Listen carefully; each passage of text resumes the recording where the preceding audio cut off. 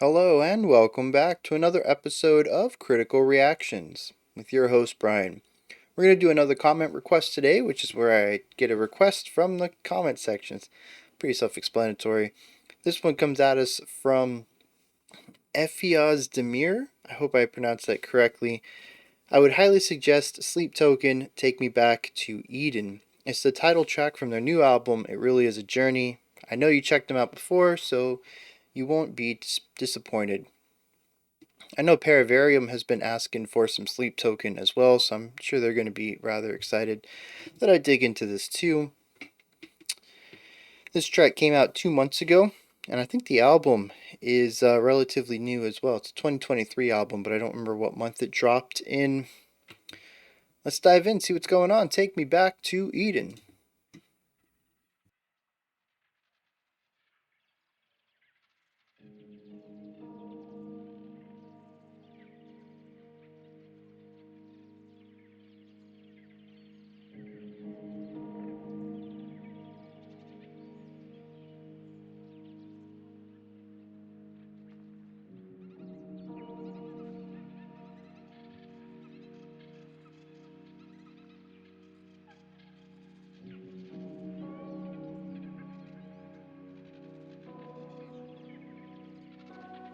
I dream in phosphorescence, bleed through spaces, see you drifting past the fall, but no one told you where to go.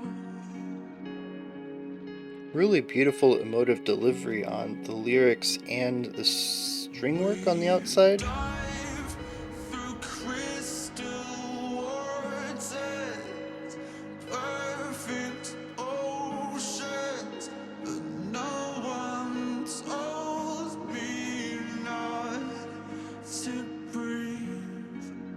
And now the weightlessness recedes.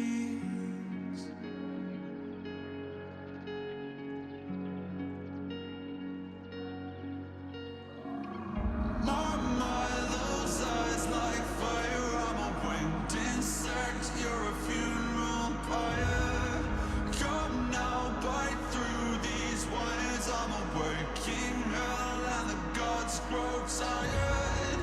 Reset my patient violence along both lines of a pathway higher.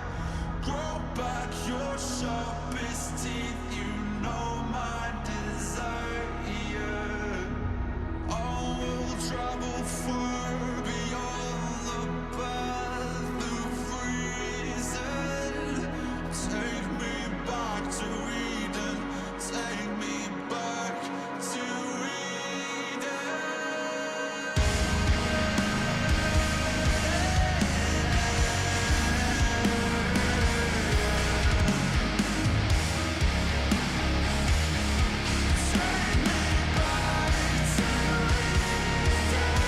This guitar line comes in and completely changes the harmonic context of the melody.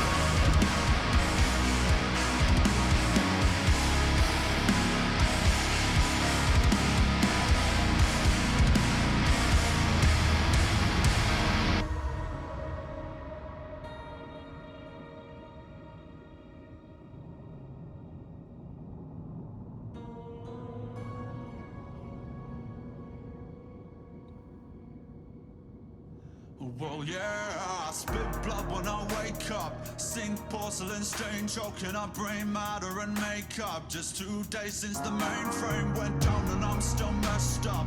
Room feels like a meat freezer, I dangling like cold cuts. Is there vocal manipulation going on? There's something about the low end in the EQ of his vocals that seems artificial, but I haven't heard enough of them to really say.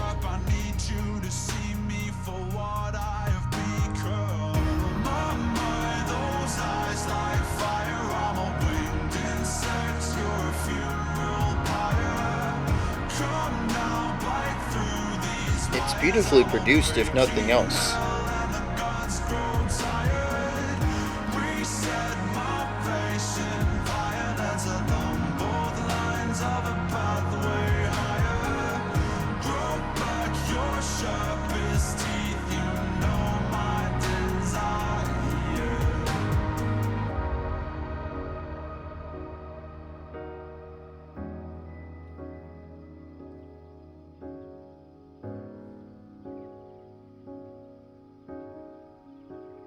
A return of the field recordings from our intro as bird chirpings again.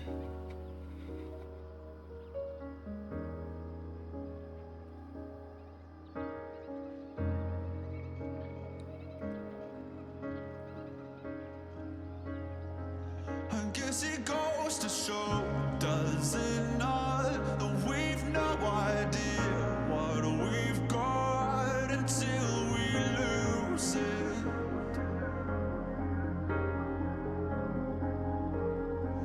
And no amount of love will keep it around if we don't choose it.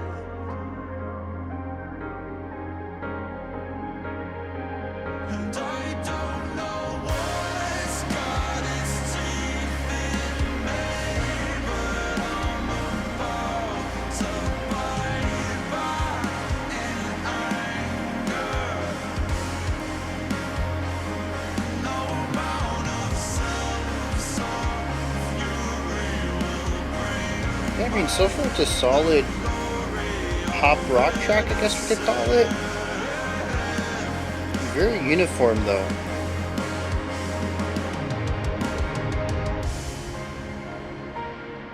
And with, what, 1-2 minutes left?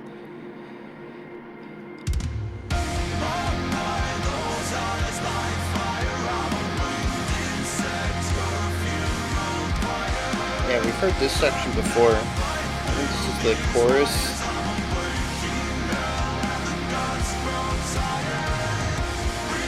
I'm still waiting to be took on a journey, I think, is what I'm waiting for based on the context given.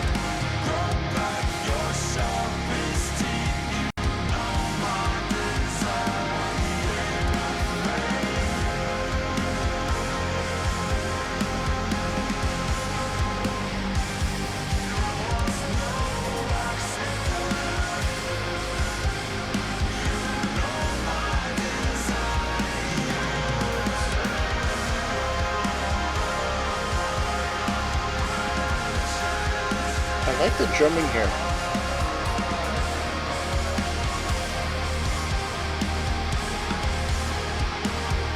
It's not full-on melodic drumming, but there's some really nice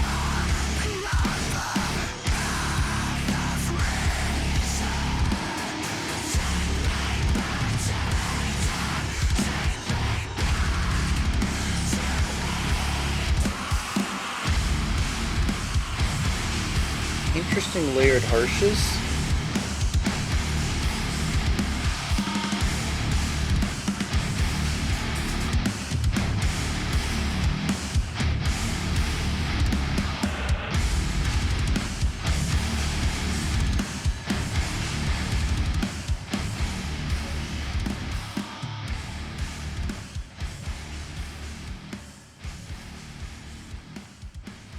What?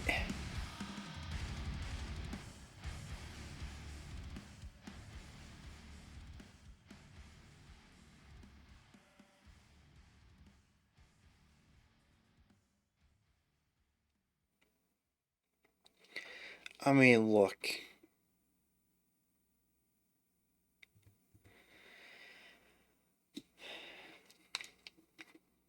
I know this is probably just gonna be me.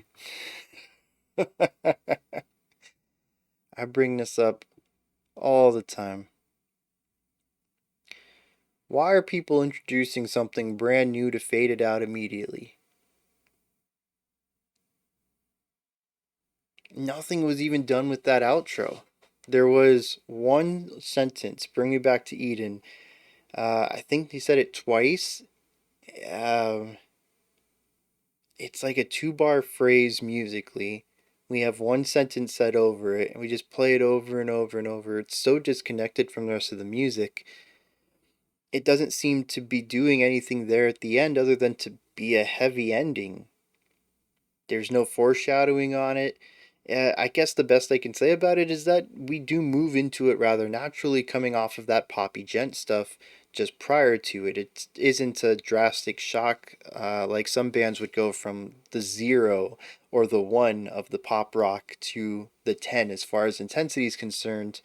We're already at like a 7 or 8. To bring it up to that breakdown isn't that big of a jump. It has a naturalist progression to it, natural-esque progression to it, but as far as what it does against the rest of the track, though, it's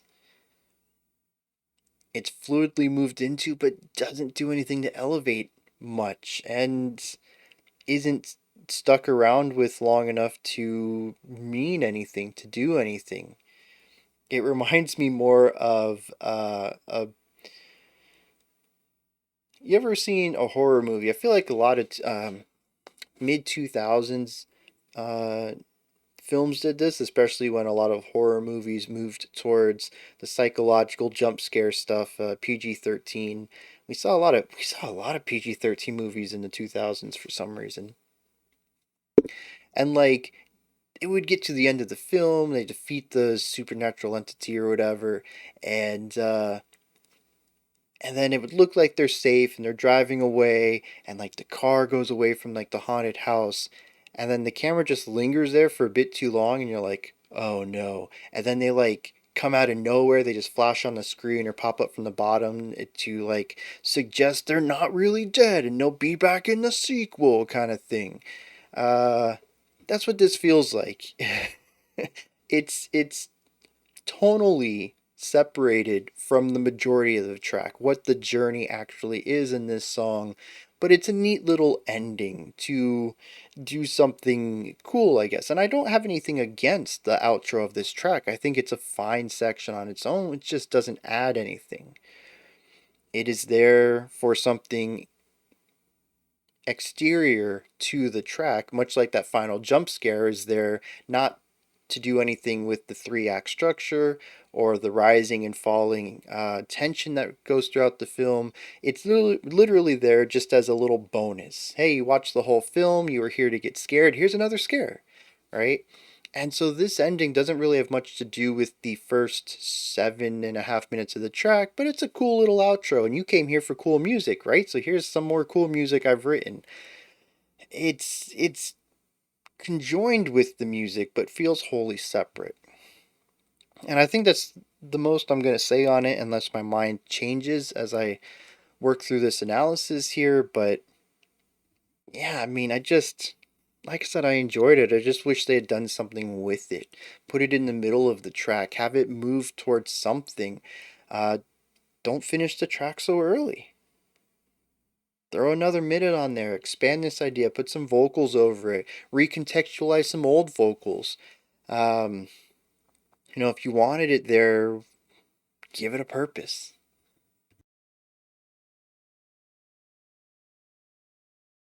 That's a whole can of worms it just opened, isn't it? Does music have to have a purpose? Two sections need to have purpose.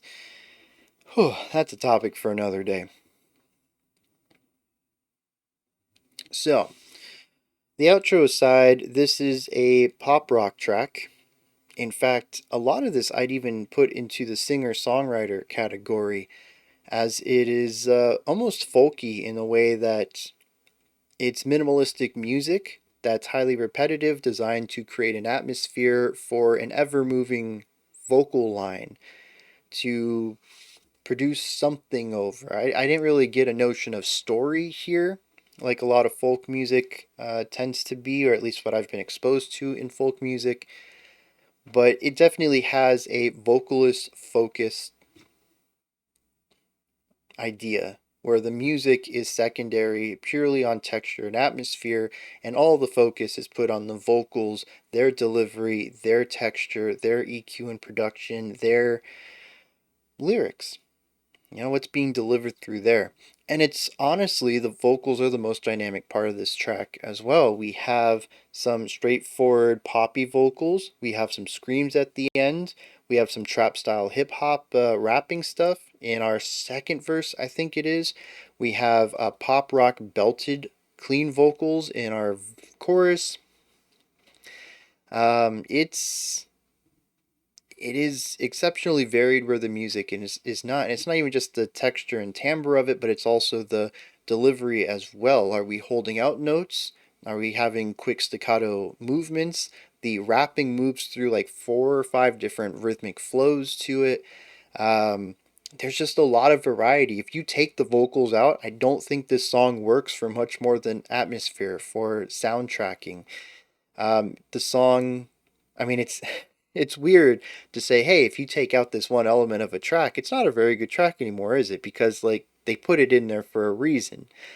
Um, Going back to films, like, hey, if we take out the acting, this is just a series of shots of landscape, and like, well, yeah, that's not a good criticism, but I think it's to bring up a specific point to the vocals here. Not every song falls apart without their vocal line. This song does. It carries so much weight, but the weight is also distributed to the rest of the instrumentation for atmosphere because while the instrumentation here doesn't really do a lot, the vocals by themselves aren't always quite interesting either. So we end up with a highly minimal but symbiotic composition here, where we have one elegant, nuanced delivery, one simple atmospheric delivery, and they need each other for maximum impact. And I think the song does have impact. The layers in our instrumentation is gorgeous. As minimal as it is, they still find interesting ways to move through chord progressions and to provide little ornamental ideas. I think having the field recordings of nature, specifically the birds chirping, is a nice touch that not only brings us into the idea as an intro, but also retains this concept of nature and beauty within the track. It is not a goal that we just start at, it is a goal that is consistently on the mind. We need to go back to Eden, to beauty, to simplicity, to nature, whatever Eden means to them.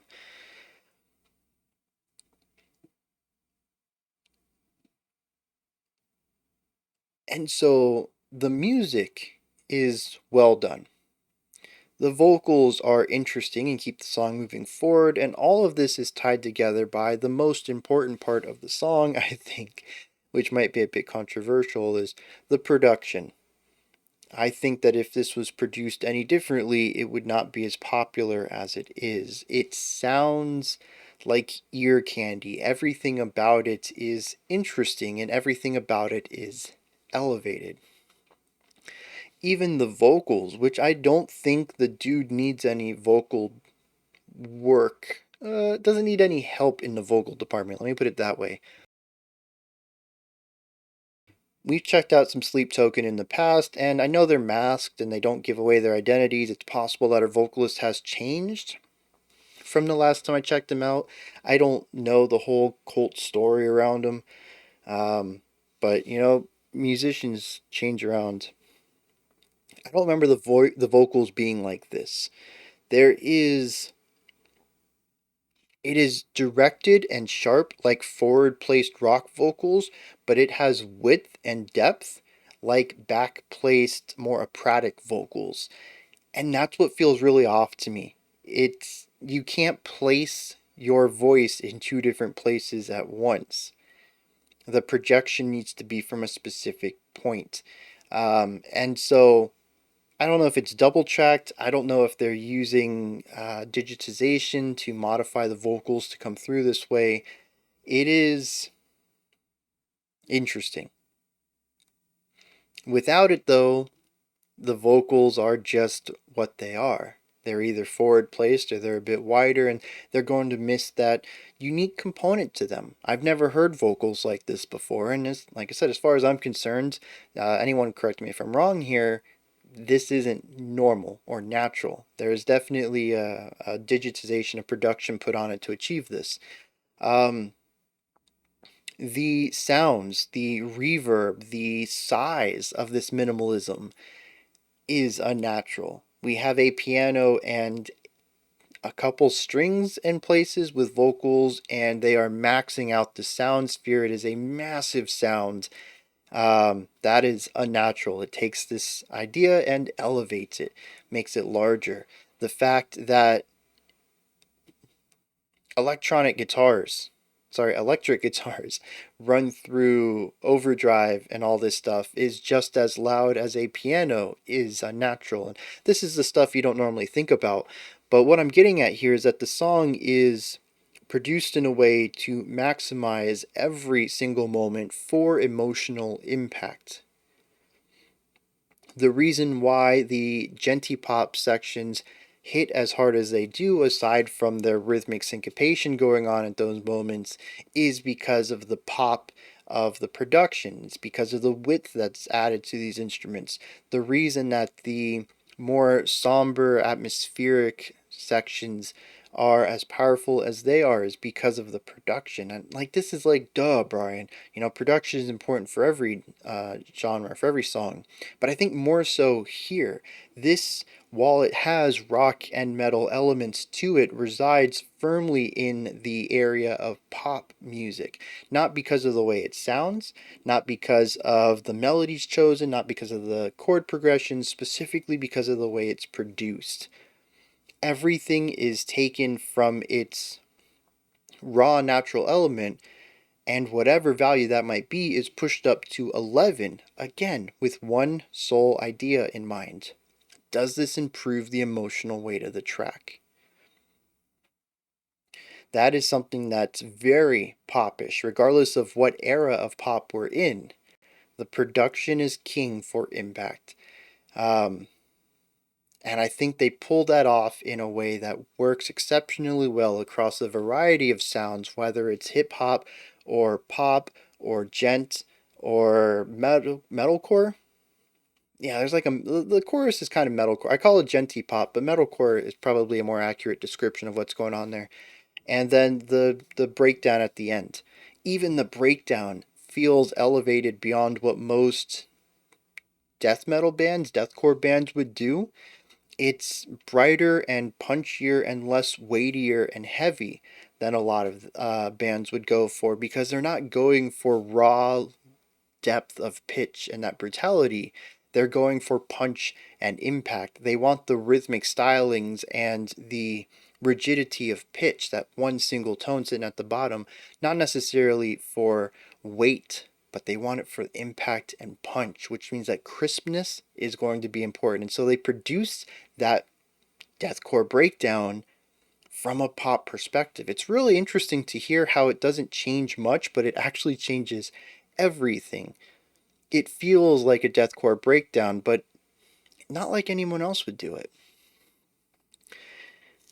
And I think that's what sets Sleep Token apart, is that no matter what genre they're utilizing in a track, they're a pop band at heart.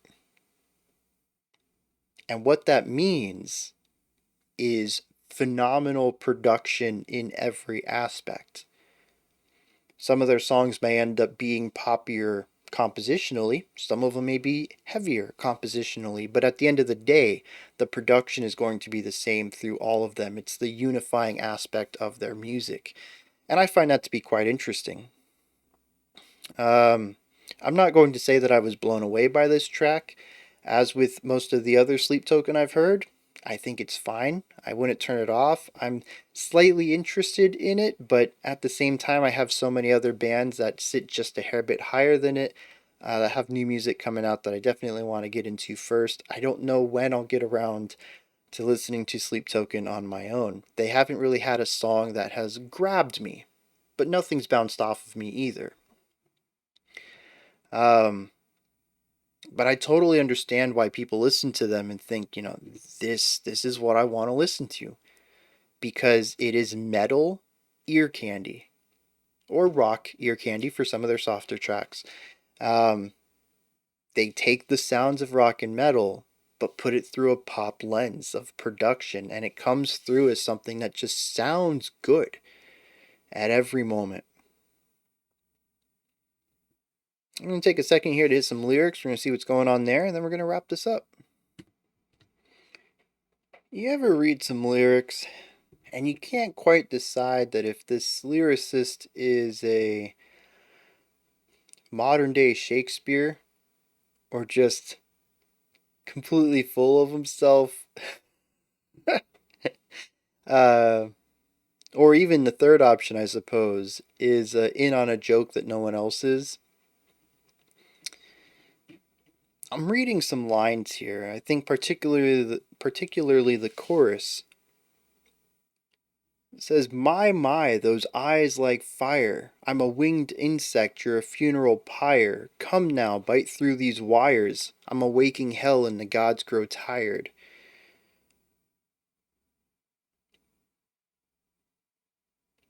What?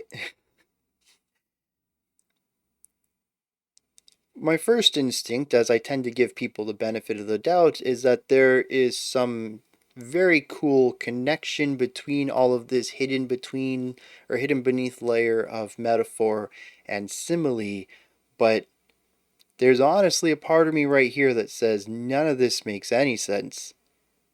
It's seemingly profound, but isn't really saying anything at all. It just sounds really good with the syllabic sequence of things and the rhyming pattern and all that. And it does, it rolls off the tongue rather nicely, but what?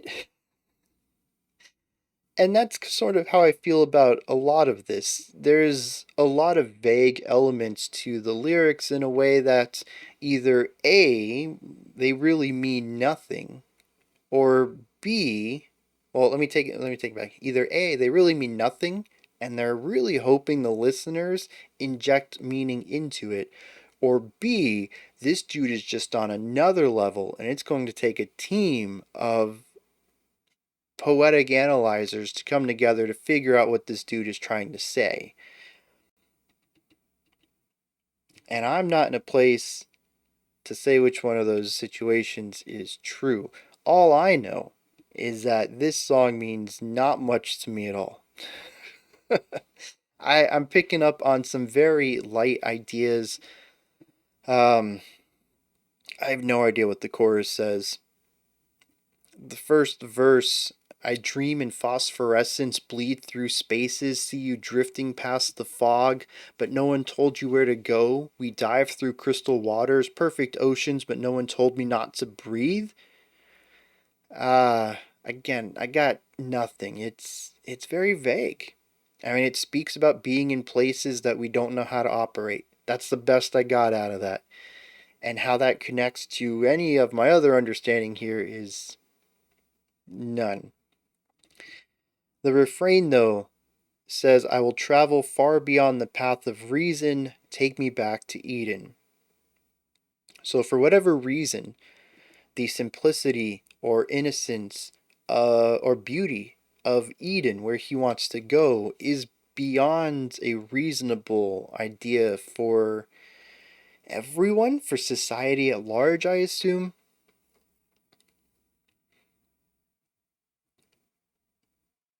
I can see where they're coming from.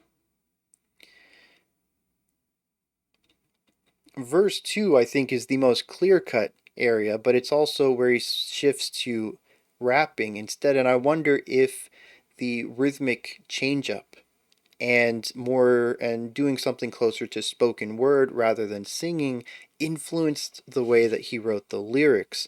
This basically states that life isn't great. He says, I spit blood when I wake up. I'm choking up brain matter and makeup. 2 days since the mainframe went down, I'm still messed up. Room feels like a meat freezer and I dangle like cold cuts. I mean, he's just talking about how life kind of sucks right now. It is still metaphorical in a lot of ways, feeling like a cold cut in a meat freezer. Uh, I'm sure that's not something that he's actually been literally, but figuratively. There's still figurative language throughout here. but it's all very clear. The vagueness is gone, but the metaphorical language is retained. This is the only place that I feel this. It is a moment of clarity amongst the fog of intent. And so, to me, that's what the song is getting at. Life isn't great right now. I don't know how to be where we're at. It doesn't make sense to me. No one's told me the rules of the current, the current living rules, what society deems, why we're at where we're at. I just want to get back to that simple beauty. I want to get back to that innocence. And I think that's where the part says, I've traveled far beyond the path of reason, almost as if to say, other people don't seem to get this goal of mine. I don't like where we're at. And if it's unreasonable to want to go back to something more innocent, well, put me on the path that lacks reason then. But I am pulling this whole interpretation out. There's like 40, 50 lines of lyrics here, and I'm pulling it out of maybe 5 to 10 because I don't understand the rest. And I don't want to put that weight on the lyricist. I certainly don't want to make people think that I'm requesting people dumb down their lyrics for me specifically. I appreciate more complexity, and if I need help translating them, I will go find an expert. Um, but it does make it more difficult for me to understand what you're talking about when almost nothing you say seems to have any connection to anything else. And again, I'm not throwing shade at him. He's quite possibly just really great at lyricism, and it does take somebody a bit more knowledgeable about linguistic craft in order to dissect it. But I'm walking away from this very, very confused. How any of this ties to the music? I mean, if Eden is wanting to get back to the simplicity and innocence and beauty of Eden, of the first garden in the Christian story, the music is minimalistic. It is beautiful, gently layered, and we even have elements of nature in the song itself with the bird songs. It could be then that the genty pop metalcore sections and the breakdown at the end are supposed to represent modern day life, the noise and dissonance and animosity of it all in stark contrast to the beauty that this person wants to be in.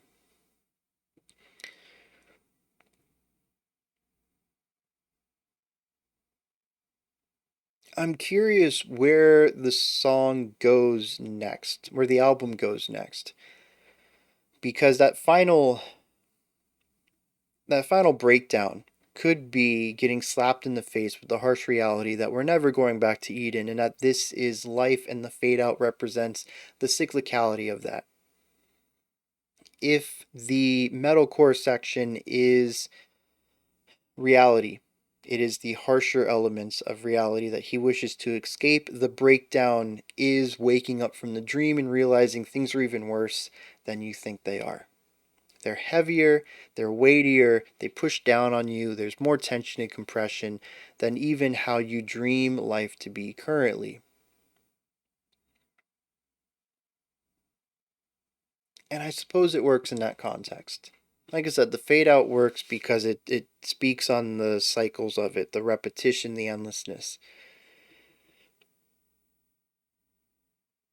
I guess it did come around to that ending.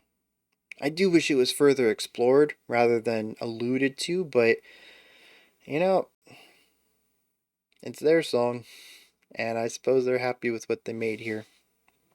I seem to always want more out of everything. Um, and I guess that's just a me problem. Those are my thoughts on Sleep Tokens Take Me Back to Eden. Let me know what you thought of this one. Put your comments, perspectives, opinions, and all that jazz down in the comments section. Above that, in the description box, you can find a link to Linktree. It's going to take you to this menu right here. You can find links to my music, ways to support the channel, a link to the Discord server, and so much more. Above that, if you could, like, subscribe, and ring the bell. I greatly appreciate all three of those. Alright, that wraps it up for today. I'll be back tomorrow. We're going to do our sounds from the inbox, checking out an hour's worth of music from smaller bands. We have two bands I think that we've checked out before, so it'll be really cool to see how they've grown, and two new bands I think with larger epics, which is interesting because a lot of these are usually singles. They're more compact. They're trying to, tell people, hey, this is who we are. If you dig us, go find more. Instead, though, we got like a 10 and a 12-minute epic. So that'll be interesting. We don't get many of those. Until next time, remember to be critical, not cynical of the music you listen to, and have a fantastic morning, afternoon, or evening whenever you choose to watch my videos.